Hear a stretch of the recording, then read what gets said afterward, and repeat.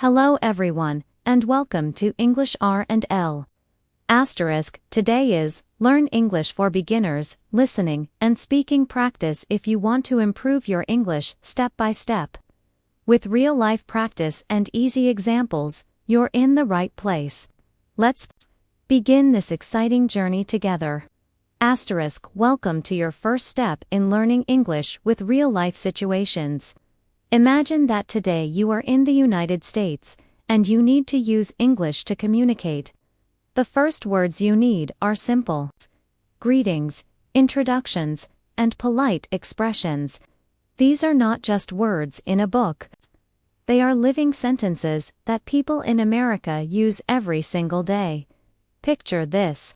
You have just arrived at John F. Kennedy Airport in New York City. You walk up to the information desk, and a friendly staff member looks at you and says, "Hello. How are you today?" This is your first listening challenge. You hear the word hello, which is a greeting. You hear how are you today, which is a polite question about your condition. In this moment, you don't need a complicated answer. The simplest response is the best. You can say, "I'm fine, thank you," or "I'm good, how about you?" In American culture, when people ask, "How are you?" they don't always expect a long story. It is often just a friendly way to start a conversation. When you listen carefully, you will notice that Americans often speak quickly, instead of saying slowly, "How are you?" They may say, "How-are-ya," very fast. Do not panic. Just remember that you can answer clearly and calmly, "I'm fine, thank you." Now, greetings are an essential part of American life. The most common greeting is hello, but you will also hear hi and sometimes hey. Hi is casual, good for friends or coworkers. Hey is very casual, mostly used among close friends. Time of day also changes the greeting. In the morning before noon, people say good morning. Between noon and 6 p.m., they say good afternoon. After 6 p.m., it is good evening. Imagine walking into a coffee shop in the morning. The barista smiles and says, "Good morning. What can I get for you?" You respond, "Good morning. I'd like a coffee, please." The barista asks, "Sure. What's your name?" You answer, "My name is Mai." The barista then says, "Thanks, Mai. Your coffee will be ready soon." This short conversation shows you how greetings, polite words, and simple sentences build real communication. After greetings, the next step is introducing yourself. In the United States, introductions are simple and usually use only first names. You can say, "My name is Anna," or just "I'm Anna." People may ask you, "What's your name?" or "Where are you from?" Imagine your first day in an American classroom. The teacher smiles and says, "Hello. Welcome to class. What's your name?" You answer, "My name is Min." The teacher replies, "Nice to meet you, Min. Where are you from?" You say, "I'm from Vietnam." The teacher welcomes you warmly. "Great. Welcome to our class." Notice that every answer is short and direct. You don't need long sentences to communicate effectively at this stage. Politeness is very important in American culture. People appreciate when you say please and thank you. You say please when asking for something, thank you when someone helps you, and you're welcome when someone thanks you. Excuse me is useful when you want to get someone's attention or move past them. Sorry is what you say if you make a mistake or accidentally bump into someone. For example, imagine you are on a bus in Los Angeles. You want to sit down, but you are not sure if the seat is taken. You say politely, "Excuse me, is this seat taken?" The passenger answers, "No, go ahead." You say, "Thank you," and the passenger replies, "You're welcome." Such small sentences make daily life smooth and friendly. Now, one big challenge for beginners is listening to fast American English. Native speakers often shorten words. For example, instead of "What do you want to eat?" you may hear "Whatcha wanna eat?" Instead of "I am going to the store," you may hear "I'm gonna go to the store." These changes happen because people speak quickly in real life. As a learner, don't try to understand every single word. Focus on the key words. In "Whatcha wanna eat," focus on "want" and "eat." In "I'm gonna go to the store," focus on "store." This will give you the meaning without stress. In daily life, Americans often make small talk. Small talk is light conversation about simple topics. It is not deep, but it makes people feel comfortable. Common small talk questions are, "How's the weather?" or "Did you watch the game last night?" or "How was your weekend?" Imagine you are in an office. A coworker says, "Hi, how was your weekend?" You reply, "It was good, thank you. I went to the park." The coworker responds, "Nice, the weather was perfect." You agree, "Yes, it was sunny." Even short exchanges like this help. You build relationships. Let's practice a real-life scenario. Imagine you are in a supermarket in Chicago. A store clerk asks, "Hi.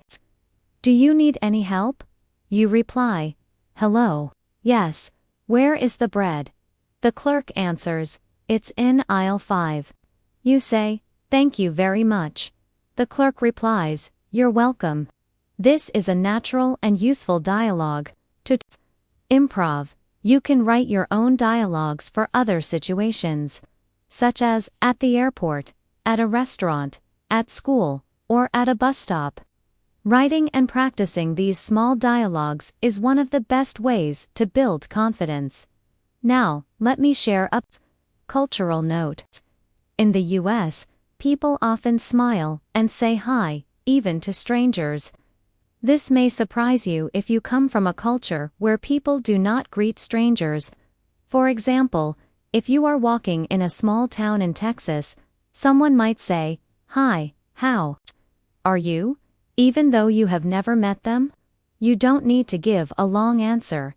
A simple, "Good, thanks," is enough. This shows friendliness and politeness. At the beginning of your learning journey, you may feel nervous when speaking English. This is natural, but remember a few key points. First, it is okay to make mistakes. Every mistake is part of the learning process. Second, most Americans appreciate when you try to speak English, even if it is not perfect. Third, speak slowly and clearly. Do not worry about speed. Clear communication is more important than fast communication. Fourth, use body language and a smile. These are universal tools that support your words. Think about this motivational idea: practice makes progress, not perfection. Many learners feel pressured to speak perfectly, but language learning is not about perfection. It is about progress. Every time you practice listening, repeating, and speaking, you take one more step forward.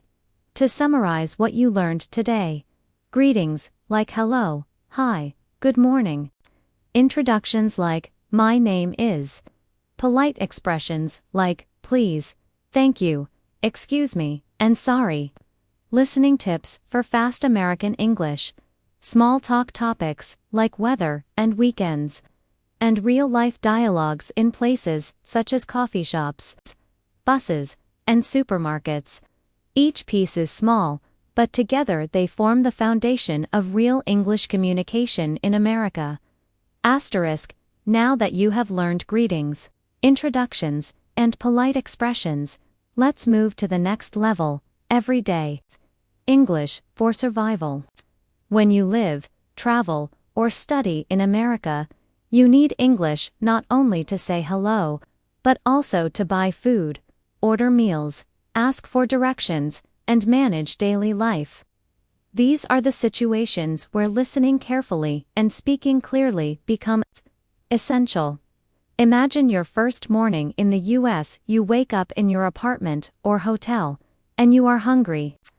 You decide to go outside for breakfast. You walk into a diner in New York City. A waitress greets you with a smile and says quickly, "Good morning. How many?" At first, you may not understand, but here, how many means how many people are in your group. You reply, "Just one, please." She smiles and says, "Right this way," and leads you to a small table. She hands you a menu and says, "Your server will be right with you." A few minutes later, the server comes and asks, "Can I get you something to drink?" You reply, "Yes, coffee, please." The server asks, "Cream and sugar?" You answer, "Yes, please." This short dialogue already gives you real practice with ordering drinks. When you are ready to order food, the server asks, "Are you ready to order?" You can reply, "Yes, I'd like pancakes and eggs, please." The server writes it down and says, "Sure, anything else?" You say, "No. That's all, thank you." Later, when you finish your meal, the server brings the bill and says, "Here you go." You look at the bill and pay. In the US, tipping is very important. In restaurants, people usually tip between 15% and 20% of the bill. This is part of American culture. So when your bill is $20, you should add about $3 to $4 as a tip. Let's practice listening. Americans often reduce "I would like" into "I'd like." They reduce "going to" into "gonna." So you may hear a customer say, "I'm gonna have the burger," or "I'd like the salad." Do not worry if the sounds are fast. Focus on the main words, burger, salad. Now imagine another common situation, shopping. You enter a supermarket in Los Angeles. At the entrance, a greeter smiles and says, "Hi, welcome." You smile back and say, "Hello." You push your cart and look for items. You want to find rice, but you don't see it. You find an employee and ask, "Excuse me, where can I find rice?"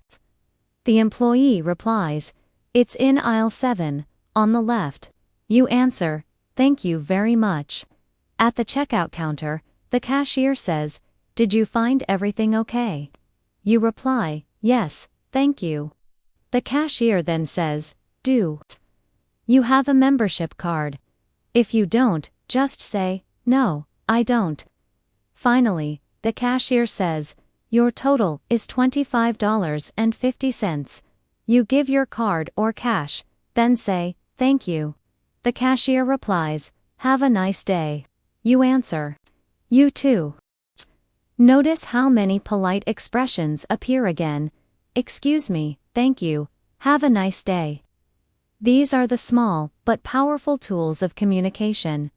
Another survival skill is asking for directions. Imagine you are in Washington, D.C., and you want to visit the White House. You stop someone on the street and say, "Excuse me, can you tell me how to get to the White House?"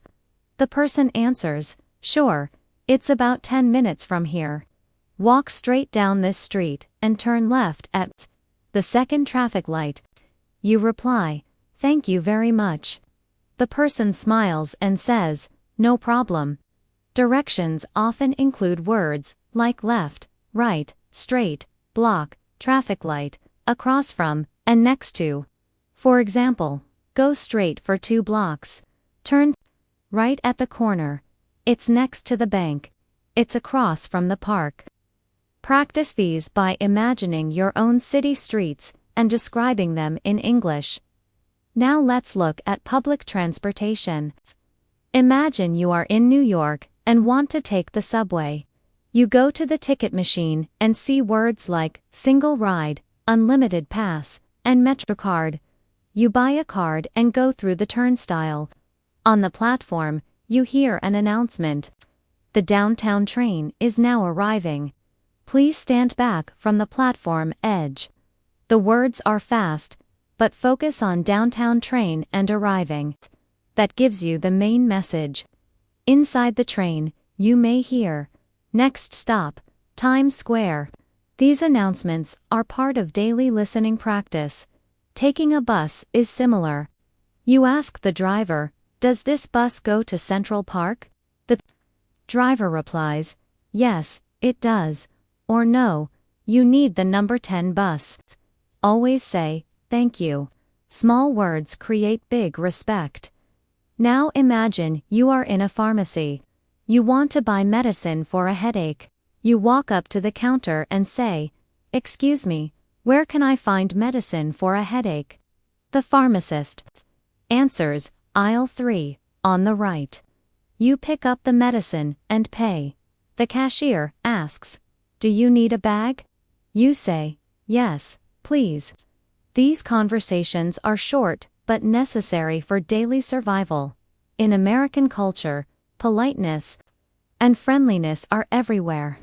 Even when strangers don't know each other, they say small phrases like "Have a good one," "Take care," or "See you later." These are ways to close conversations. For example, after paying at a store, the cashier might say, "Have a good one." You can reply, "Thanks, you too." A very important point for learners is listening to different accents. America is big, and accents vary. In New York, people may speak faster and drop some sounds. In the South, people may speak slower with a musical rhythm. In California, the speech is often relaxed. Don't be surprised by these differences. The key is to listen for main words and not worry about every detail. Let's practice a longer real-life scenario. Imagine you are traveling by plane inside the US. You are at the airport in Chicago. At the check-in counter, the agent says, "Good morning. May I see your passport and ticket?" You reply, "Yes, here you are." The agent says, "Do you have any bags to check?" You answer, "Yes, one bag." The agent prints your boarding pass and says, "Your gate is B12. Boarding begins at 10:30. You say, "Thank you very much." At security, the officer says, "Please remove your shoes and place your items in the bin." You follow the instructions and pass through. At the gate, the staff announces, "Now boarding Group A." You listen carefully for your group. When your turn comes, you show your boarding pass and walk onto the plane. On the plane, the flight attendant greets you, "Hello, welcome aboard." You reply, "Thank you." This scenario shows how survival English is used in travel. Even if you only understand key words like passport, bag, gate, boarding, you can still follow the process. The most important advice is this: don't be afraid to ask people to repeat. If you don't understand, just say, "Sorry, could you repeat that, please?" Or "I didn't catch that. Can you say it again?" Americans are usually patient and happy to repeat slowly. Asterisk by now, you already know how to survive in America. With greetings, ordering food, shopping, and asking for directions. But survival is only the beginning. The next step is integration, using English to build relationships at work, at school, and in social life. This is the stage where your English skills help you connect, not only communicate. Let's begin with workplace English. Imagine you start your first job in the US, maybe in an office in Chicago or a store in Miami. On your first day, your supervisor greets you. "Good morning, welcome to the team. Let me show you around." You follow politely, shake hands with colleagues, and say, "Nice to meet you." These first impressions are important. In American workplaces, people often smile, make eye contact, and use first names, even with supervisors. For example, instead of saying Mr. Smith, your boss might say, "Just call me John." This can feel strange if you come from a culture with more formal hierarchies, but it is normal in the U.S. In the office. You will often hear small polite requests. For example, could you please send me that file? Would you mind helping me with this project? Can you cover the phone for me? Notice how Americans soften their requests with words like please, could, would you mind. It's polite, but also friendly. Meetings are another key situation. At a meeting, your manager might say, let's get started. Today we'll discuss the new project. People often share opinions directly. I think we should increase our budget, or, in my opinion, we need more research. Don't be afraid to share your ideas, even if your English is simple. A short sentence, like, I agree with that, or I don't think so, shows that you are engaged in many jobs.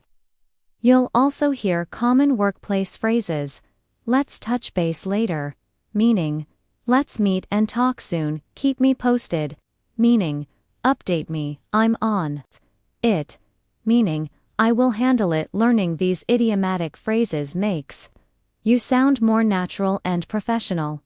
Now, let's move to school life. Imagine you are a student in an American university, maybe in Boston. On the first day of class, the professor says, welcome to English 101. Please take a seat, anywhere. You sit down, and the professor continues. Let's go around the room and introduce ourselves. Please say your name and where you're from. You stand up and say, hello, my name is Anna. I'm from Vietnam. I'm studying business. The class claps politely. These introductions are common in schools and training programs. In class, participation is important. Professors expect students to ask and answer questions. For example, the professor may ask, what do you think about this idea? If you are not sure, you can start with phrases like, in my opinion, I'm not sure, but maybe. I think that. Even short answers are valuable. Don't stay that you are involved. Outside the classroom, you may need to speak with staff. At the library, you can ask, excuse me, how do I check out this book? At the student center, you might say, could you tell me where the computer lab is? These practical conversations are short but essential. Now, let's turn to social. English, the language of friendship and daily life. Americans value friendliness and small talk. Small talk is light, casual conversation about the weather, sports, movies, or weekend plans. For example, at a coffee shop, someone might say, nice day today, isn't it? You reply, yes. It's beautiful outside. At work, a colleague may ask, how was your weekend? You can answer, it was good, thanks. I went to the park. How about you? At a party, someone may ask, so, what do you do? You reply, I work in IT, or I'm a student at the university. Small talk is not deep conversation. Its purpose is to build a friendly atmosphere. If you only answer with yes or no, the conversation ends quickly. Try to add a little detail. Making friends in the US also involves invitations. For example, do you want to grab lunch sometime? Let's get coffee after class. Are you free this weekend? We're having a barbecue. When you accept, say, sure, that sounds great. If you cannot, say, thanks for the invite, but I'm busy. Maybe another time. Americans appreciate honesty and clarity. Another part of social life is phone and online communication. On the phone, people usually start with, hello, this is John. Hi, may I speak with Sarah? When leaving a message, hi Sarah, this is Anna. Please call me back when you get a chance. In emails, people often write politely, but directly.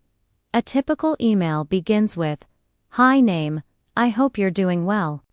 Then the message, and finally, best regards, or thanks, plus your name. This balance of friendliness and professionalism is key in American culture. Now imagine social life in public places. At the gym, someone might say, "Are you using this machine?" If you are, answer, "Yes, just one more set." If not, say, "No, go ahead."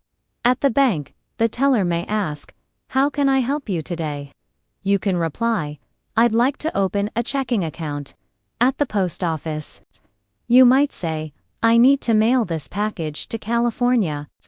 In all these situations, the same principles apply.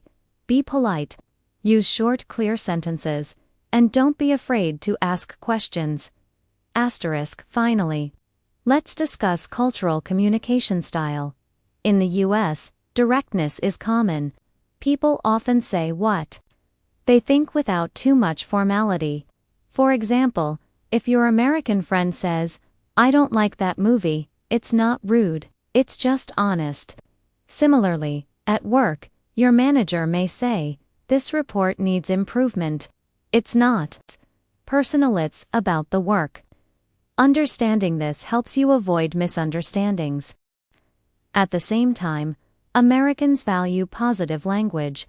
You will hear phrases like, "Good job," "That's awesome," "Great work." Using these expressions makes you sound encouraging and friendly. Let's practice one final real-life scenario. Imagine you are invited to a friend's house for dinner. You arrive at 7 p.m., and your friend greets you at the door. "Hi. Thanks for coming." You reply, "Thank you for inviting me." Inside, you see other guests. You shake hands and say, "Nice to meet you." During dinner, you join conversations. If you don't understand something, you smile and ask, "Could you explain that?" After the meal, you say, "The food was delicious. Thank you so much." Before leaving, you add, "I had a wonderful evening. Thanks again." This simple politeness makes you a respected guest. At this stage, you already know how to survive, how to work, study, and socialize in America. But now comes the real challenge: sounding natural, fluent, and culturally connected. The secret to this is learning idioms, slang, and expressions that Americans use every day. Without them, you may sound too formal or textbook-like. With them, you'll sound like you belong. Let's begin with idioms, phrases that don't mean exactly what the words say. Imagine you are at work and your colleague says, "It's raining cats and dogs outside." Of course, no animals are falling from the sky. This simply means it's raining heavily. Idioms are colorful and make your English sound more alive. Here are some idioms you'll often hear in the US. Break the ice. To start a conversation in a friendly way. Example, at a party, you might say, "I told a joke to break the ice." Hit the books, to study hard. Example, "I have a test tomorrow, so I need to hit the books tonight." Under the weather, to feel sick. Example, "I'm not going to work today. I'm feeling under the weather." Piece of cake, something very easy. Example, "The exam was a piece of cake."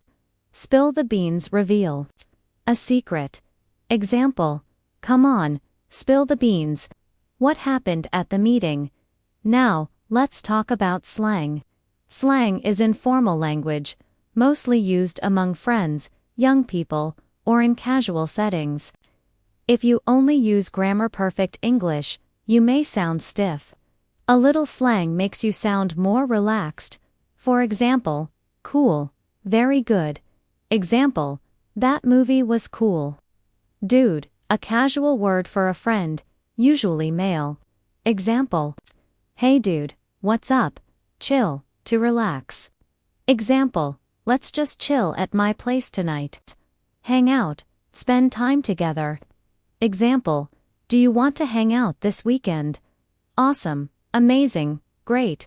Example, that concert was awesome.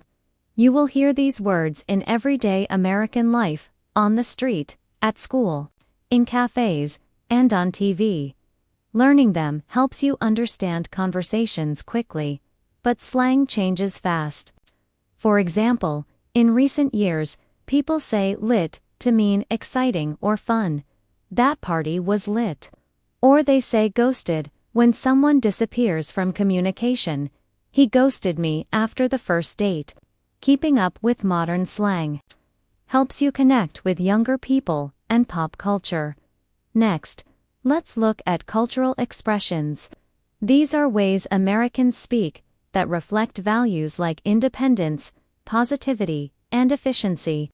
For example, Americans often say, "Time is money," meaning, don't waste time, it's valuable, no pain, no gain.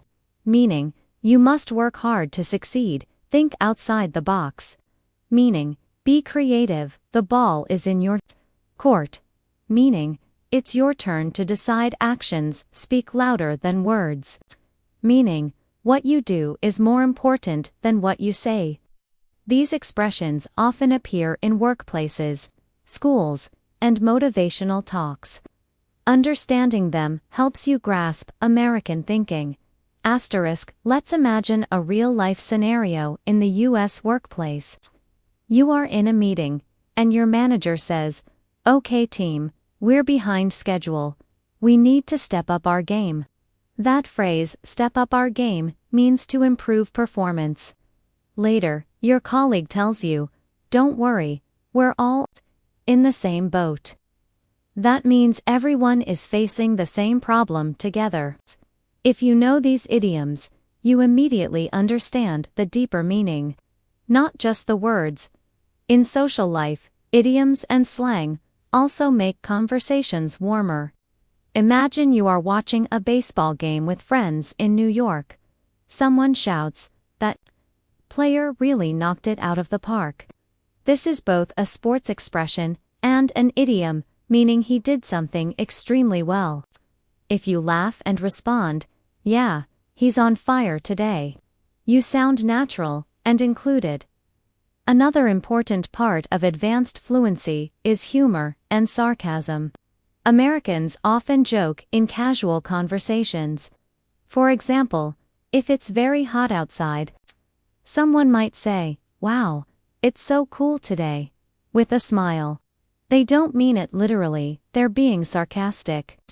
If you understand the humor, you can laugh along instead of feeling confused.